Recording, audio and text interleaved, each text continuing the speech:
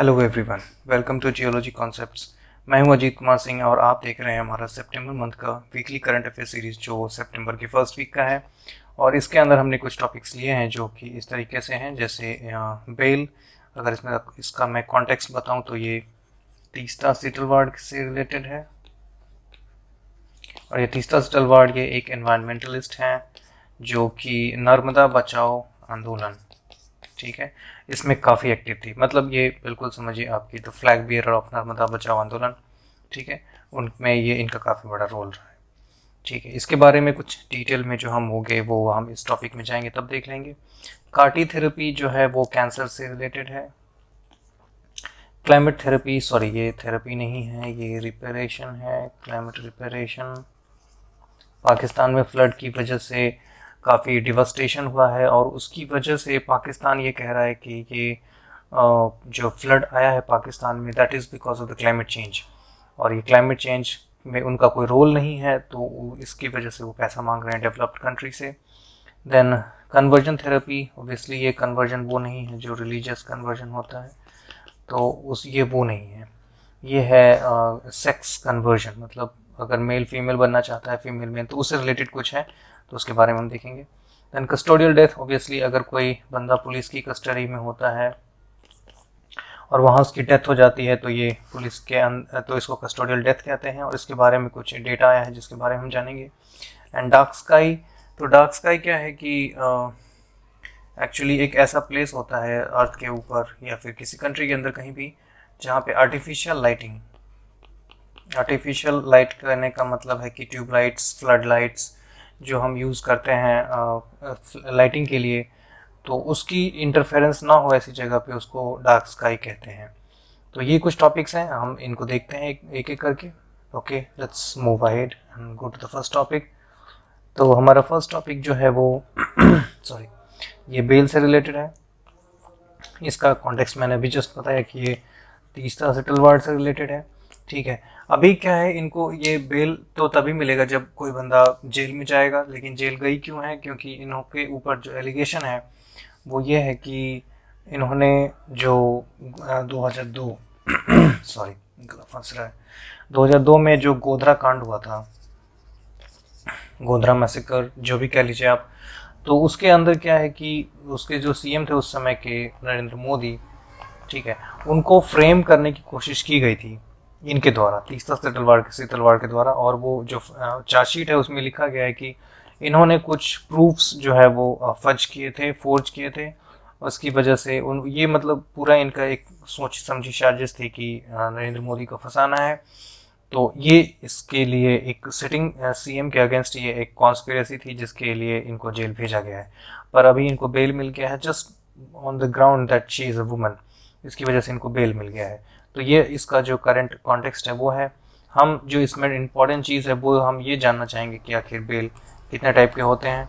ठीक है, तो यहाँ पे 3 तरह की बेल की मेंशन की गई है।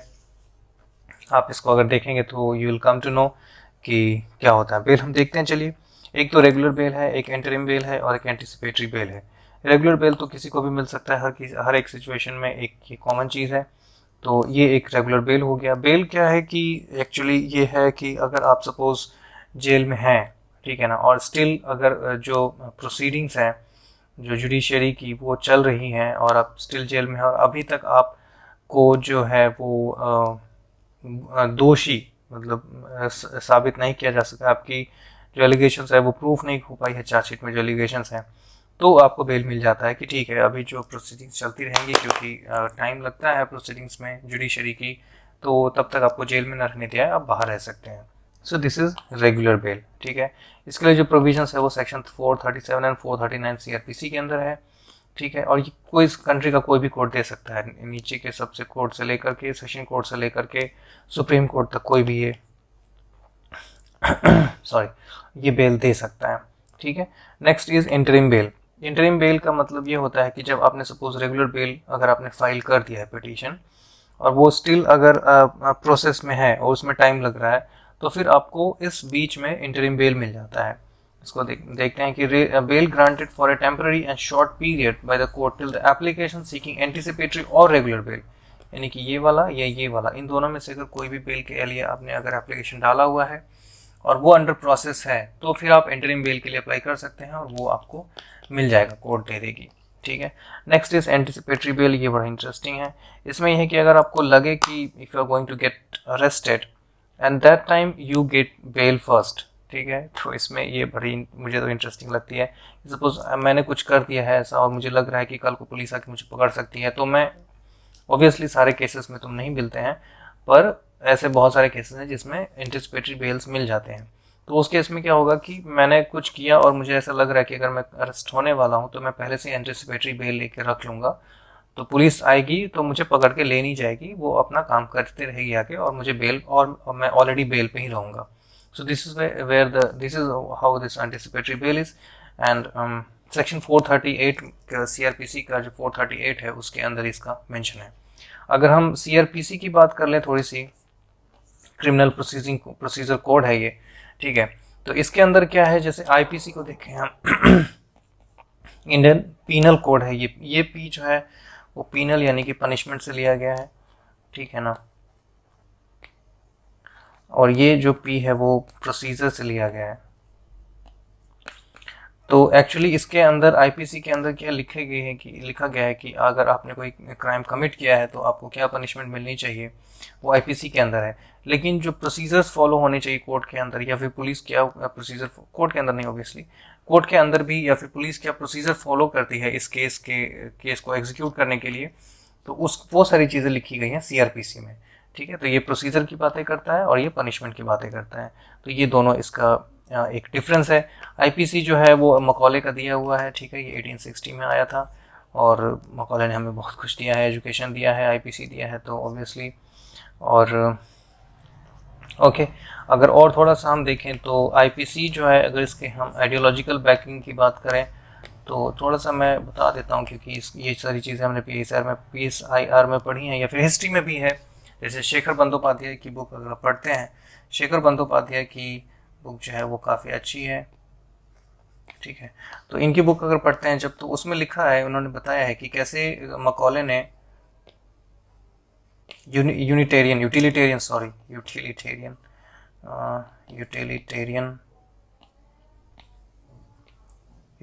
प्रिंसिपल को फॉलो करते हुए ये आईपीसी बनाई थी, ठीक है। तो आईपीसी के पीछे जो आइडियोलॉजिकल थिंकिंग है वो यूटिलिटेरियन थिंकिंग है, और यूटिलिटेरियन का मतलब होता है कि maximum happiness for the maximum number of people, ठीक है, maximum happiness for the maximum number of people.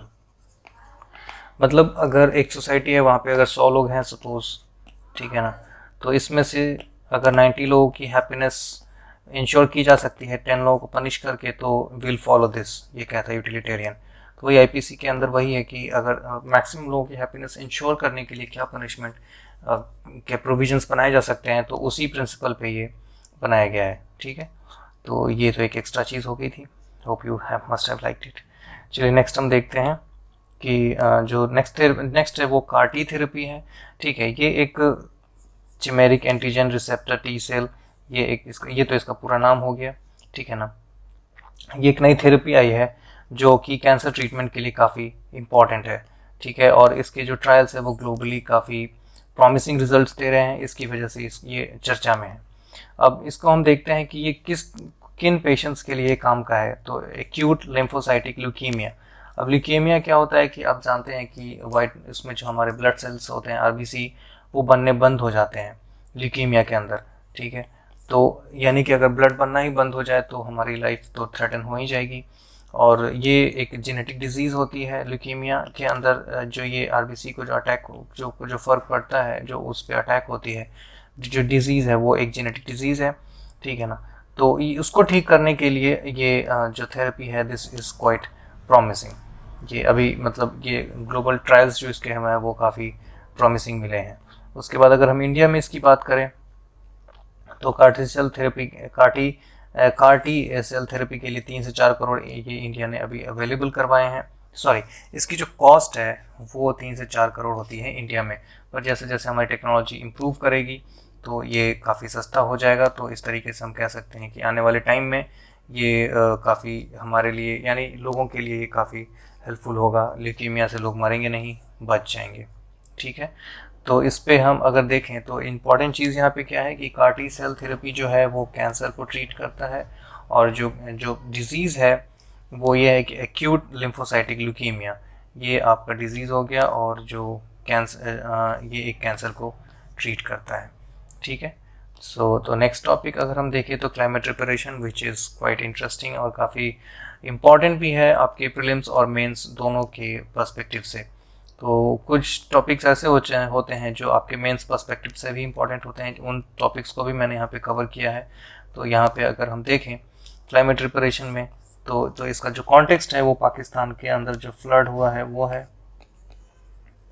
ठीक है, जो पाकिस्तान के अंदर जो फ्लड हुआ है वो इसलिए है क्योंकि यहाँ पे बहुत ही तेज़ और बहुत ही ज़्यादा बारिश हुई है, मतलब बहुत ही कम टाइम में बहुत ही ज़्यादा। पाकिस्तान की हिस्ट्री में वो जो नॉन हिस्ट्री है जिसको लोगों ने डॉक्यूमेंट कर रखा है उसके अंदर अभी तक की सबसे ज़्यादा बारिश हुई है ये। तो ये तो मतलब ऐसा कहा जा रहा है कि हड़प्पा के बाद से शायद ये दूसरी ऐसी बारिश है, क्योंकि ये भी माना जाता है कि हड़प्पा के डूबने का या फिर ख़त्म होने का जो रीज़न है उसमें वन ऑफ द रीजंस ये माना जाता है कि क्लाइमेट चेंज की वजह से, जब उस समय भी क्लाइमेट चेंज रहा होगा तो ऐसे बारिश हुई होगी और सब कुछ डूब के और सारे लोग मर गए होंगे। तो ये भी कहा जा रहा है। लेट्स सी कि पाकिस्तान में क्या है। तो Pakistan is witnessing the worst flooding disaster in its history, therefore it has begun demanding reparation और कंपनसेशन। रिपेरेशन तो अगर मैं ये कहूँ कि इसका मतलब क्या होता है, तो कंपनसेशन होता है कि जैसे इंडिया ने भी मांगे थे इंग्लैंड से, इंडिया ने नहीं एक्चुअली, शशि थरूर वहाँ के इंग्लैंड के एक कैम्ब्रिज में आई थिंक वहाँ पे वो गए थे, वहाँ पे एक लेक्चर था, उसके अंदर उन्होंने कहा था कि यूके जो है वो इंडिया से बहुत सारा कुछ चुरा के लाया है, लाइक 45 ट्रिलियन अभी के टाइम पे वो उसकी जो कॉस्ट है वो 45 ट्रिलियन है। तो ये पैसा दे इंडिया को, पर यूके कहीं दे पाएगा, बेचारे गरीब होते जा रहे हैं, उनकी घर में तो अभी जलाने के लिए गैस और तेल भी नहीं है, कि मतलब जो ठंडी में अभी रशिया ने बंद कर दिया है उसकी वजह से दे आर सफरिंग अलॉट।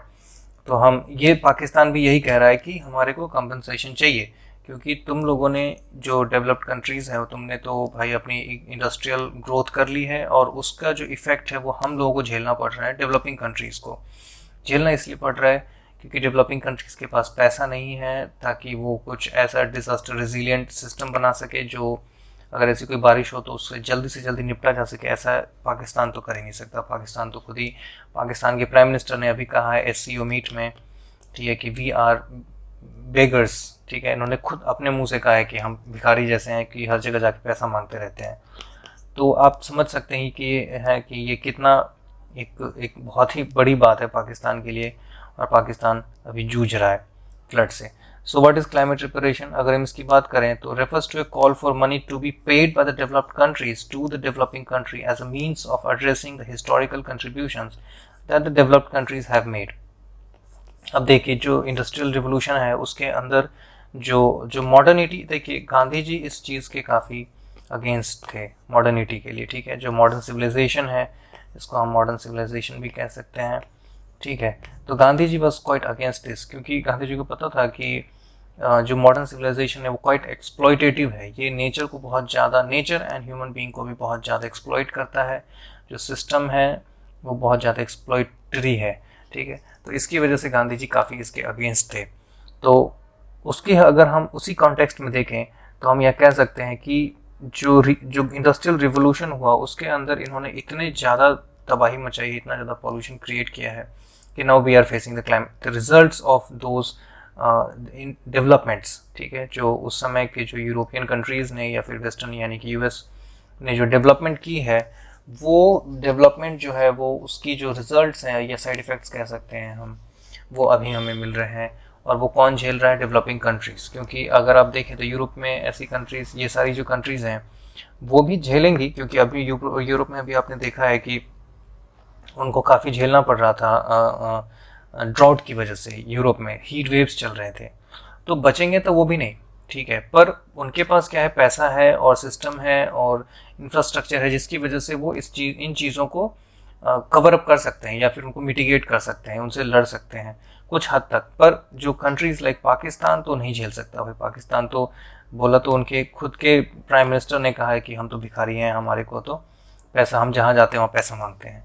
तो इसलिए पाकिस्तान के लिए या फिर और भी जो कंट्रीज़ हैं जैसे बांग्लादेश हो गया, भूटान हो गया, नेपाल हो गया, इनफैक्ट इंडिया भी, अगर इंडिया के पास भी इतना पैसा नहीं है पर फिर भी इंडिया पाकिस्तान से तो बहुत अच्छी हालत में है।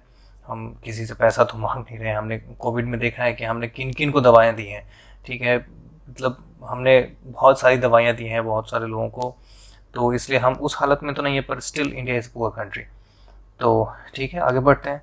So now who is responsible for climate change. अगर हम इसकी बात करें तो यहाँ पे हम देख सकते हैं कि हिस्टोरिकल एमिशंस की बात जस्ट मैंने अभी मेंशन किया है कि हिस्टोरिकली जो इंडस्ट्रियल रिवोल्यूशन की बात हम करते हैं, तो इंडस्ट्रियल रिवोल्यूशन ने हमें दिया तो बहुत कुछ है, ऑब्वियसली प्रोडक्शन बढ़ गया है, बहुत सारे इंप्रूवमेंट्स हुई हैं सोसाइटी के अंदर, पर इसके इफेक्ट्स भी है, ठीक है।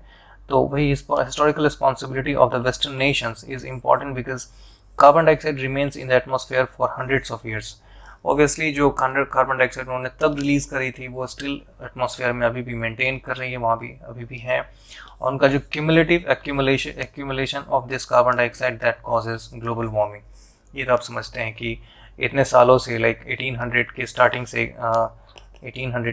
से वहाँ पे इंडस्ट्रियल रिवोल्यूशन हो रही है, ठीक है। वहाँ पे बहुत ही लार्ज स्केल पे प्रोडक्शन और जो फॉसिल फ्यूल्स को बर्न किया जा रहा है, तो उनका जो CO2 एमिशन हुआ है, उस एमिशन की वजह से जो इम्पैक्ट हम झेल रहे हैं वो अभी तक भी झेल रहे हैं, because carbon dioxide stays in the atmosphere for hundreds of years, ठीक है। Then why should any developed country pay, तो ये तो इसलिए क्योंकि पॉल्यूटर पेज प्रिंसिपल, ठीक है, ये तो वेल नोन प्रिंसिपल है, ठीक है। UN ने भी इस चीज़ को माना है कि जो गंदा करेगा वो पैसा देगा, ठीक है ना। सो उसी कॉन्सेप्ट के ऊपर polluter pays principle makes the polluter liable for paying not just for the cost of remedial action but also for compensating the victims of environmental damage caused by their actions. तो यही कहना चाह रहे हैं कि जो नुकसान कर रहा है, जो गंदगी फैला रहा है वो पैसा देगा, ठीक है। और इसी प्रिंसिपल पे जैसे इंडिया में भी जैसे वेस्ट जो कलेक्शन का सिस्टम है, जैसे जो कंपनियां हैं वो अपना मेक श्योर करें कि उनकी जो प्रोडक्ट्स हैं, उनके जो रैपर्स हैं या बॉटल्स हैं खाली, वो कलेक्ट करें, ये उनकी रिस्पॉन्सिबिलिटी है, ठीक है। तो ये पॉल्यूटर पेज प्रिंसिपल ये वही है।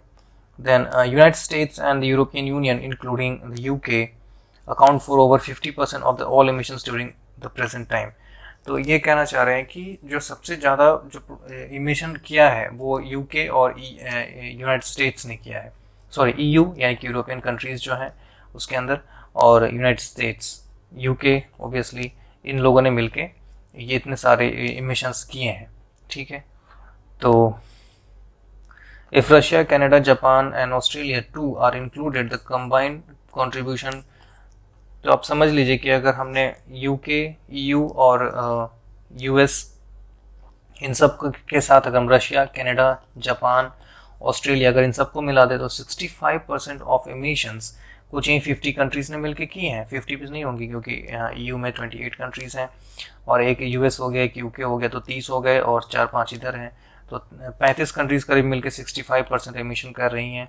और बाकी के 193 जो कंट्रीज़ हैं UN के अंदर, उसके अंदर तो अराउंड 150 कंट्रीज़ बच जाती है, मोर देन 150 कंट्रीज़, तो उन्होंने मिलकर 35% भी नहीं किया है, ठीक है। तो उनका जो शेयर है वो काफ़ी कम हो जाएगा, तो और झेलना तो उन्हीं को पड़ रहा है मैक्सिमम, क्योंकि इसका जो इम्पैक्ट है वही पुअर कंट्रीज़ को झेलना पड़ेगा। So that's why it is quite complex and quite interesting, and इसके लिए ये चीज़ आपके दिमाग में अच्छी होनी चाहिए, अच्छी तरीके से फिट होनी चाहिए कि ये क्या कॉन्सेप्ट है और ऐसा क्यों है, ठीक है। तो ये प्रीलिम्स में भी इससे क्वेश्चन हो सकते हैं, मेंस के लिए तो ये बहुत ही इंपॉर्टेंट टॉपिक है। हो सकता है इस बार के मेंस का पेपर तो अभी तक देखा नहीं मैंने, उसमें आया है नहीं, मुझे देखना चाहिए था, अभी मैं देखूंगा। Further, a country like India currently the third largest emitter. अब इंडिया जो है वो अभी करंट में थर्ड लार्जेस्ट इमिटर है, accounts for only 3% of historical emissions, क्योंकि इंडिया ने स्टार्ट ही बहुत देर से किया है। 1991 के पहले तो इंडिया के वैसे इंडस्ट्रियल ग्रोथ बहुत ही धीमी थी, तो 1991 के बाद इन्होंने इंडस्ट्रियल ग्रोथ इनकी बढ़ी है और अभी आकर के हमने प्रोडक्शन काफ़ी बढ़ाया है। तो ओनली हमारे पास हमने कितना जो है इमिशन जो है 100% अगर हम ले लें पूरे सारे कंट्रीज़ का, तो उसमें हमने 3% ही अभी हमारा कंट्रीब्यूशन है। Where China which is the world's biggest emitter for 15 years now has contributed 11% to total emission since 1850। ठीक है, तो चाइना का हो गया 11%। आगे आप देखें तो जो सबसे बड़ा इमीटर है वो चाइना है, उसके बाद यूएस है, उसके बाद इंडिया है। इंडिया इसलिए भी क्योंकि इंडिया के पास दो तीन रीज़न हो सकते हैं। सबसे बड़ा तो इंडिया के पास पॉपुलेशन बहुत ज़्यादा है, तो उसको सस्टेन करने के लिए प्रोडक्शन भी हाई चाहिए। देन इंडिया की जो एनर्जी सेक्टर है वो काफ़ी ज़्यादा फॉसल फ्यूल पे डिपेंड करती है, मोर देन 50%। ठीक है ना, इलेक्ट्रिसिटी वगैरह ये सब हम फॉसल फ्यूल से ही लेते हैं। तो इन चीज़ों की वजह से इंडिया में जो है प्रोडक्शन काफ़ी इंडिया में जो है इमिशन काफ़ी ज़्यादा है, which is 3% of the total emission till now. उसका अगर हम ग्लोबल इम्पैक्ट की बात करें इस चीज़ की, तो impact of climate change are much more severe on poor nations because of their geographical location and weaker capacity to cope. तो मैंने जस्ट मेंशन किया कि उनकी जियोग्राफिकल लोकेशन भी है, क्योंकि वो अगर ऐसे कंट्रीज़ हैं सपोज जो कोस्टल नेशंस हैं, जैसे कि बांग्लादेश हो गया या म्यांमार हो गया, ठीक है, या फिर इंडोनेशिया हो गया। तो इंडोनेशिया की अगर हम बात करें तो ऐसे में हम देख सकते हैं कि ये जो कंट्रीज़ हैं ये कोस्टल कंट्रीज़ हैं, और तो इनको क्या है, मतलब जो अगर सपोज कल को सी लेवल राइज होता है तो इनको मेंटेन करने में खुद की पॉपुलेशन को it will be very tough for them. तो ये जोग्राफिकल लोकेशन भी हो गया। Then weaker capacity to cope, obviously अगर कुछ हो जाता है जैसे पाकिस्तान का केस है अभी, तो अगर वहाँ पे फ्लड हो जाती है तो उस चीज़ को झेलने के लिए they are not ready, they do not have that much resources and infrastructure. इसकी वजह से ये चीज़ काफ़ी इंपॉर्टेंट हो जाती है। इंडिया के ऊपर हम इम्पैक्ट अगर देखें तो साइक्लोन अम्फान इंडिया में एंड बांग्लादेश में जो 2020 के अंदर था, $15 बिलियन का जो है इन्होंने नुकसान किया है। ठीक है, तो आप देख सकते हैं कि एक साइक्लोन जो है 15 बिलियन डॉलर का नुकसान कर सकती है। तो आप समझ सकते हैं कि कितना इम्पोर्टेंट है इस चीज़ को ग्लोबल कम्युनिटी को आना और इन छोटे कंट्रीज़ को, वीकर कंट्रीज़ को या पुअर कंट्रीज़ को हेल्प करना। What does the International Convention say about the climate responsibility?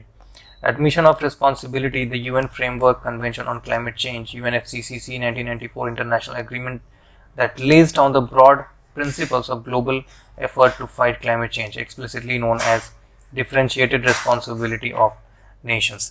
तो ये तो आप समझते हैं कि जैसे UNFCCC की जो कॉप मीटिंग्स होती हैं, COP26, इसके अंदर ये चीज़ मेंशन की जा चुकी है कि, या फिर पेरिस अग्रीमेंट को की बात भी अगर हम करें तो इसके अंदर ये मेंशन की जा चुकी है कि सारे नेशंस जो है वो कंट्रीब्यूट करेंगे to fight climate change, but उनकी जो कॉन्ट्रीब्यूशंस है वो अलग होंगी।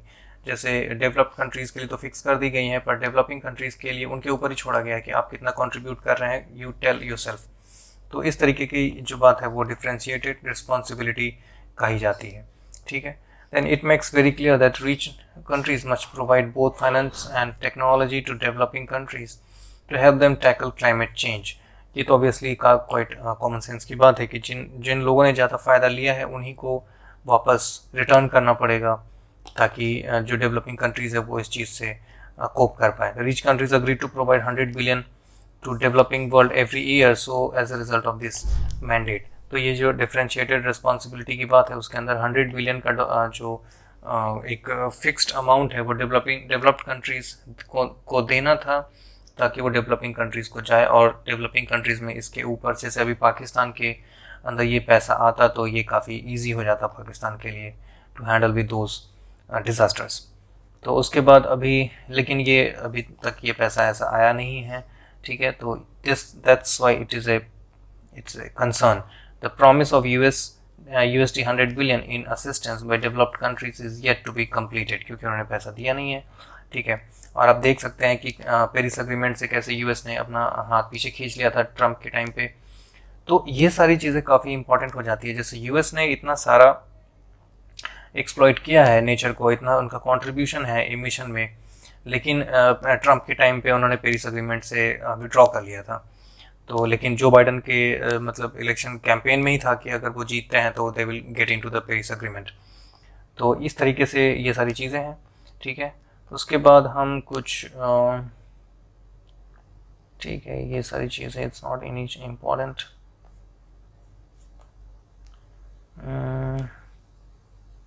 हाँ, यहाँ पे ये किया है The Warsaw International Mechanism (WIM) for loss and damages set up in 2013 was the first formal acknowledgement of the need to compensate developing countries struck by climate disasters. तो फर्स्ट टाइम अगर ऐसा कुछ हुआ था तो उसको हम ये कहते हैं वर्सॉ इंटरनेशनल मैकेनिज्म 2013 में आया था. तो ये चीज़ आपको याद रखनी हो सकता है प्रीलिम्स में जब ये मैटर आए तो वहाँ पे ये मेंशन हो कि ये फर्स्ट टाइम कब हुआ था. तो this happen for the first time during the Warsaw agreement, Warsaw International Mechanism, which was held in 2013, right? तो इस तरीके से हमने देखा. उसके बाद हम देखेंगे मोहनजोदारो के बारे में. इसके अंदर ही कंटिन्यू करते हुए हम ये देखना चाहते हैं कि जो मोहनजोदारो है यानी कि IVC इंडस वैली सिविलाइजेशन का जो साइट है मोहनजोदारो, ये भी पाकिस्तान के अंदर है. ठीक है. इसके कुछ पार्ट्स IVC के कुछ पार्ट्स इंडिया में भी है, जैसे राखीगढ़ी हो गई.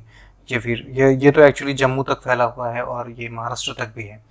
लेकिन इसके अंदर जो मोहनजोदारो का जो एरिया है ये फ्लडेड हो चुका है. ठीक है. और इसके जो भी हमारे पास एक्सकेवेशन से जो मिले थे वो सब बर्बाद हो जाने, क्योंकि जो फ्लड आए उसके बाद वो मिट्टी भर जाएगी, उन सब चीज़ों में दोबारा एक्सकेवेट करना पड़ेगा.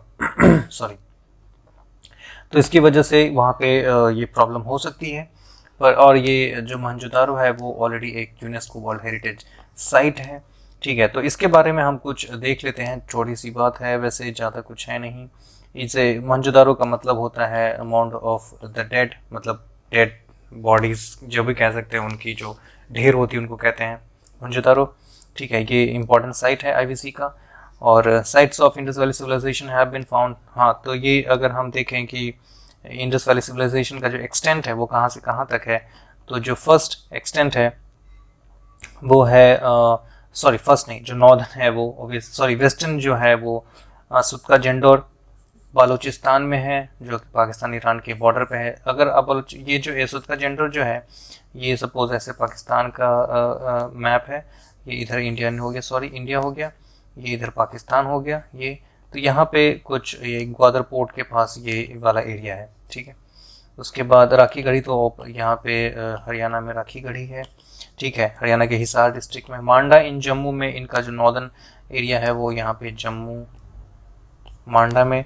और डायमाबाद यहाँ पे महाराष्ट्र के अंदर जो डायमाबाद है, हाँ ये महाराष्ट्र. तो ये कुछ ऐसा इनका जो है वो स्प्रेड है. ठीक है. ये काफ़ी इंपॉर्टेंट चीज़ है कि इनका जो एक्सटेंट है वो किस डायरेक्शन में के कहाँ तक है वो जानना, इट्स वेरी इंपॉर्टेंट.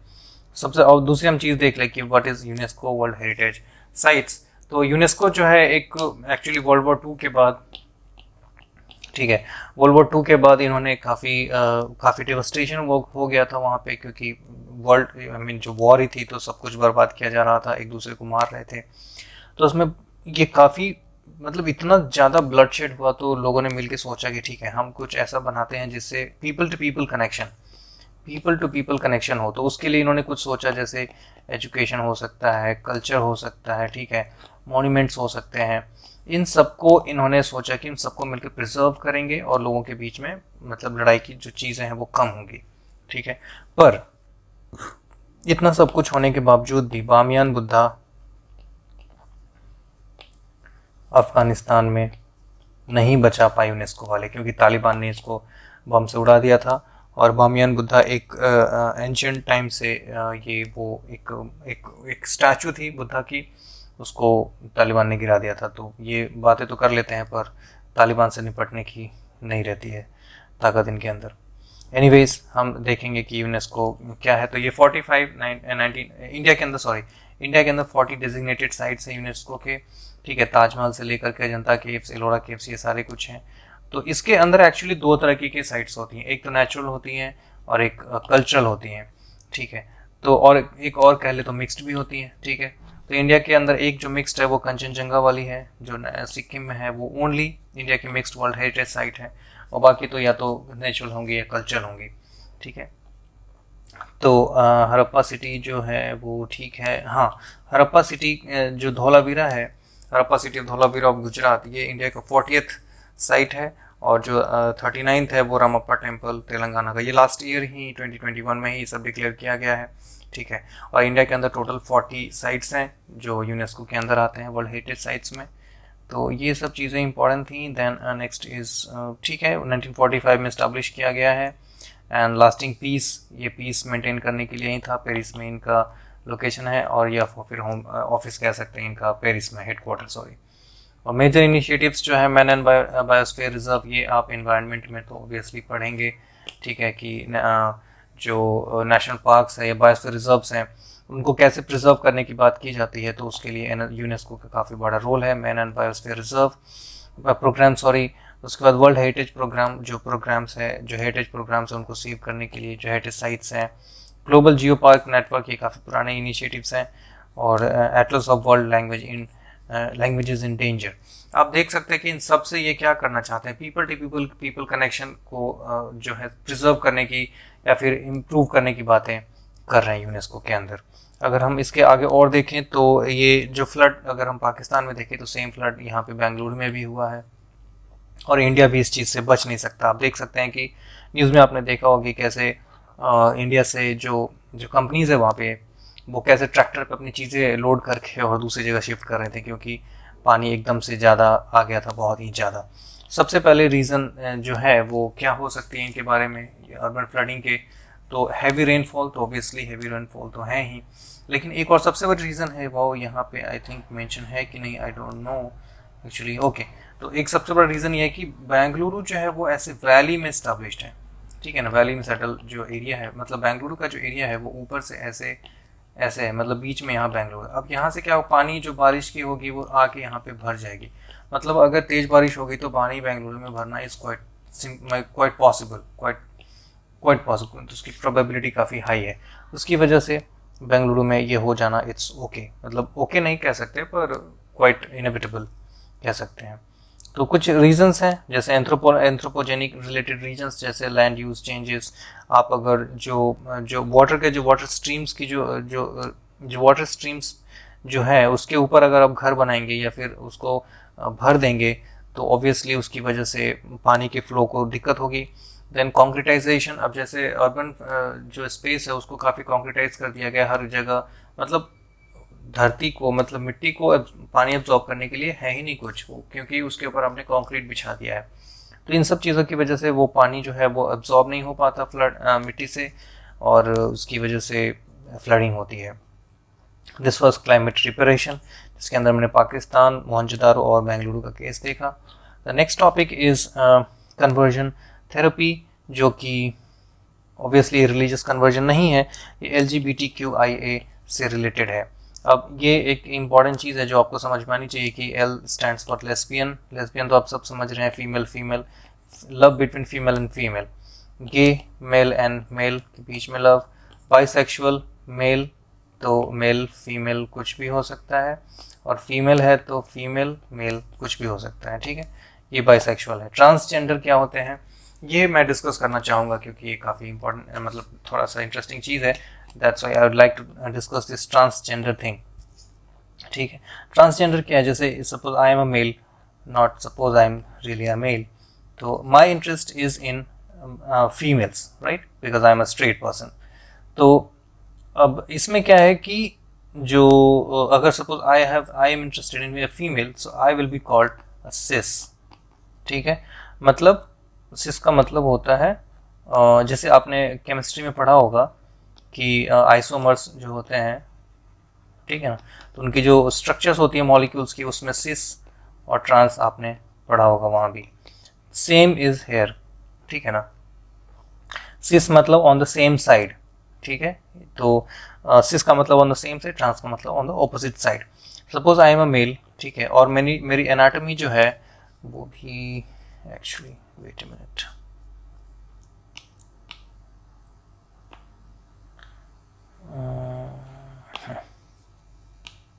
हाँ फाइन। तो सपोज कोई मेल है, उसकी जो बॉडी है, जो एनाटॉमी है, वो भी सजेस्ट करती है कि वो मेल है, ठीक है ना, मतलब सेक्सुअल ऑर्गन्स जो है वो, और ये बंदा जो है वो खुद को भी मेल समझता है, उसकी बॉडी भी है वो भी मेल कहती है, अपने उसको जो प्रूफ्स हैं, जो जो सेक्सुअल ऑर्गन्स हैं वो भी मेल वाले ही हैं, तो that guy is a cis, ठीक है। लेकिन अगर कोई बंदा है जिसकी बॉडी कहती है कि वो मेल है, पर इसको लगता है कि नहीं आई एम अ फीमेल, ठीक है, now this guy is a trans, ठीक है, क्योंकि इसकी बॉडी तो कहती है कि मेल है, पर ये इसके खुद की आइडेंटिटी जो है वो फीमेल है, क्योंकि he accepts himself as a female. तो that time this person will be, sorry खराब हो जाएगी होगी,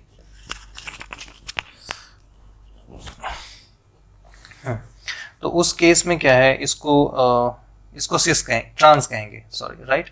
तो ये ट्रांस है। सेम केस फीमेल के साथ भी हो सकता है, अगर फीमेल बॉडी उसकी फीमेल वाली है, ठीक है ना, और ये खुद को भी फीमेल समझती है, तो ये सिस हो गई, मतलब सेम साइड फीमेल फीमेल। पर ये बंदी फीमेल है, लेकिन सॉरी, ये बंदी अपने आप को मेल समझती है, लेकिन इसकी बॉडी तो बोल रही है कि तुम फीमेल हो, so now this girl is a trans, right.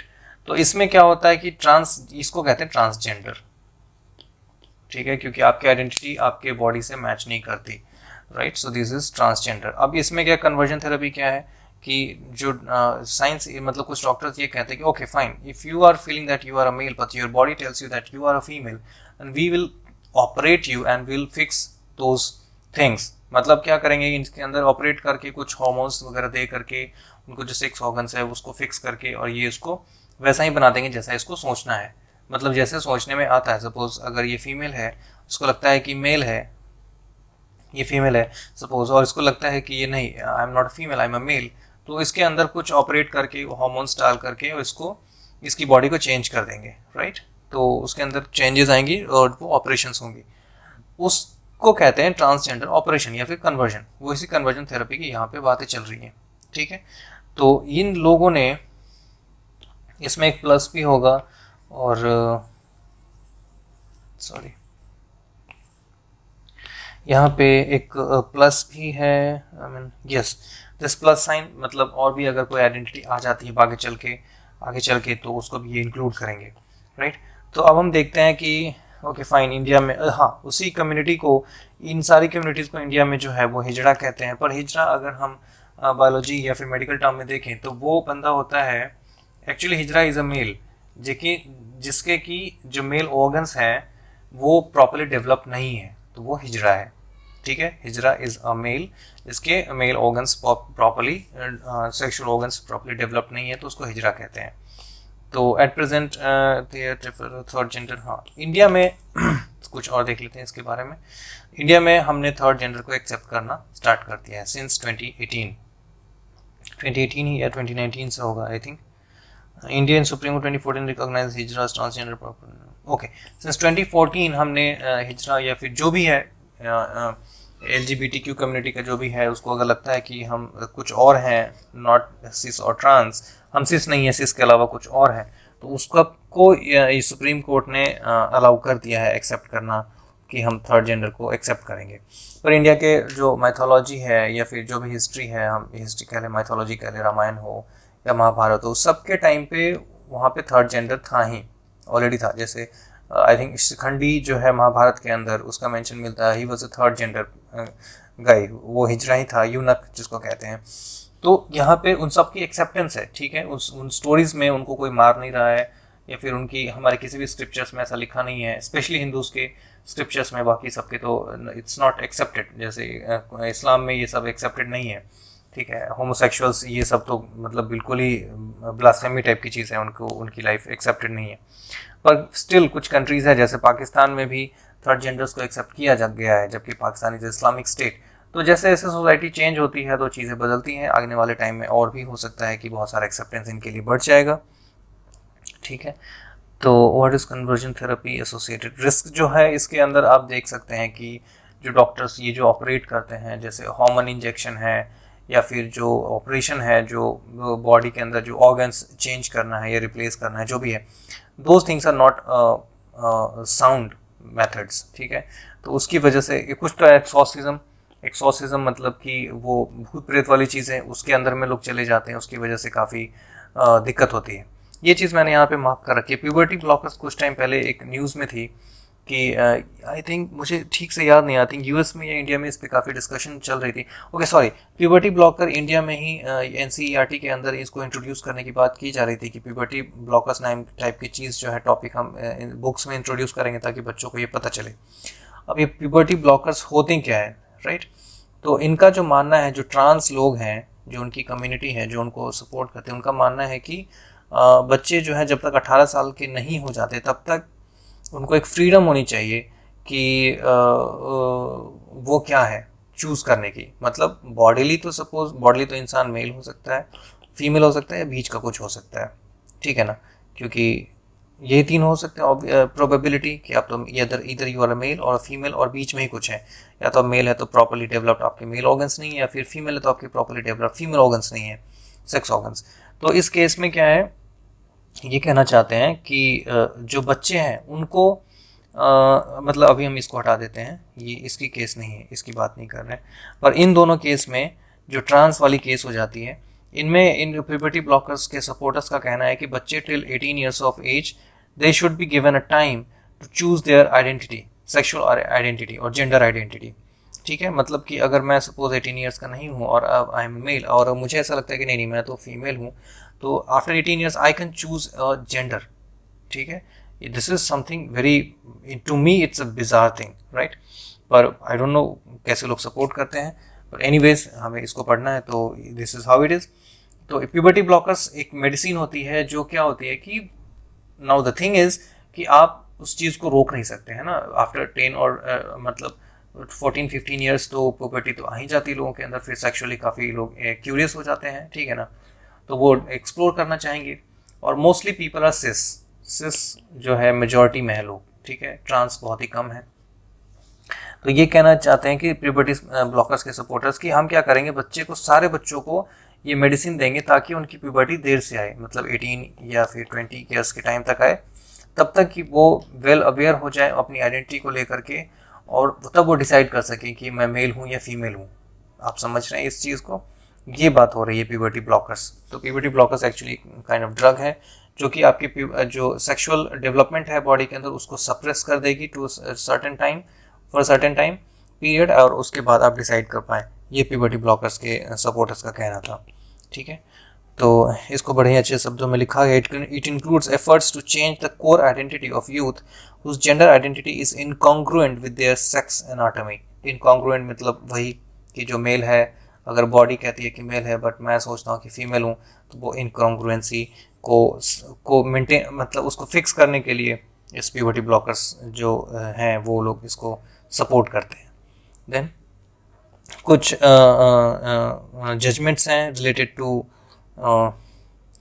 LGBTQ community in India, ठीक है। इनमें से एक ही है सुरेश कुमार कौशल केस, जो इनके अगेंस्ट थी, LGBTQ कम्युनिटी के अगेंस्ट, मतलब इसको मैं नेगेटिव मार्क कर देता हूँ, यही अगेंस्ट है। बाकी सारे जो है जैसे नास फाउंडेशन है वर्सेस गवर्नमेंट ऑफ दिल्ली, ये सब आपको याद रखना है। इफ़ यू राइटिंग मेंस, तो मेंस के अंदर क्या है, ये सारी चीज़ें काफ़ी इंपॉर्टेंट हो जाती हैं, वो पॉलिटी के अंदर ये पूछेंगे, वो आपको मेंशन करना पड़ सकता है। तो नास फाउंडेशन हो गया, फिर सुरेश कुमार, यही एक जजमेंट है जो नेगेटिव गया था, मतलब अगेंस्ट गया था।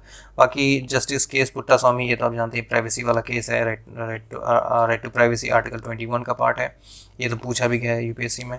और नवतेज सिंह जौहर, ये भी सारे सपोर्ट में ही है। सैजन शफीन जहां शोकन KM ट्रांसजेंडर पर्सन एक्ट 2019, ये सारे सपोर्ट में है। बस ओनली वन सुरेश कुमार कौशल केस जो है ये एक अगेंस्ट था LGBTQ कम्युनिटी के। तो ये थी हमारी ये टॉपिक। नेक्स्ट टॉपिक में अगर हम आए तो कस्टोडियल डेथ है, ये एक छोटी सी टॉपिक होगी, ठीक है, इसके अंदर ज़्यादा कुछ है नहीं। तो अभी एक NCRB का डेटा है, NHRC का डेटा है, NHRC का डेटा है जिसमें कहा गया है कि कम से कम 17,000 लोग जो है वो मार्च 2020 तक अपनी जान गंवा चुके हैं इन कस्टडी, मतलब पुलिस कस्टडी में। तो रीज़न क्या है और क्यों होता है, तो सबसे पहले police custody versus judicial custody. Actually इस पर एक क्वेश्चन था भी यूपीएससी में, आई थिंक 2020 या 2021 में, आई एम नॉट श्योर, 21 में था I think, police custody versus judicial custody को लेकर के। पुलिस कस्टडी मीन्स कि that person is confined to a lockup और remains in custody of the officer, ये पुलिस कस्टडी है। और जुडिशियल कस्टडी वो है कि जुडिशरी ने, यानी कि जज साहब ने जजमेंट दे दिया है और भाई साहब जेल में चले गए हैं। जेल मतलब जो सेंट्रल जेल या स्टेट जेल या प्रिजन जो भी है उसके अंदर जाके वो बंद है, तो वो होते हैं जुडिशियल कस्टडी, ठीक है। रीज़न फॉर कस्टडियल डेथ्स तो आप समझ ही सकते हैं, unrealistic public expectation about crime control, मतलब पब्लिक का काफ़ी प्रेशर है पुलिस के ऊपर, तो पुलिस जो है पीट पाट के अपना सोचती है कि मैं उनको ठीक कर दूँ। Failure of criminal justice system, तो ये सारी चीज़ें काफ़ी कॉमन सेंस वाली हैं, तो इसमें मैं क्या डिस्कस करूँ। Then challenges in curbing custodial death, तो चैलेंज क्या है इसके अंदर कि India still has not criminalize custodial violence. अब इसमें सीन क्या है कि आप पुलिस वाले के अगेंस्ट एफआईआर नहीं कर सकते। अगर समथिंग हैपेंस टू यू और योर रिलेटिव और एनीबडी यू नो, तो उसमें क्या है कि आप पुलिस के अगेंस्ट एफआईआर नहीं कर सकते, क्योंकि ये कस्टोडियल डेथ को मतलब क्रिमिनलाइज नहीं किया गया स्टिल इंडिया में। तो lack of police accountability, police के ऊपर कोई अकाउंटेबिलिटी नहीं है। पूर विटनेस प्रोटेक्शन रिजीम, ये भी एक सीन है कि अगर कोई विटनेस है तो फिर उसको भी लोग डरा धमका के मार देते हैं, जिसकी वजह से ये दिक्कत हो जाती है।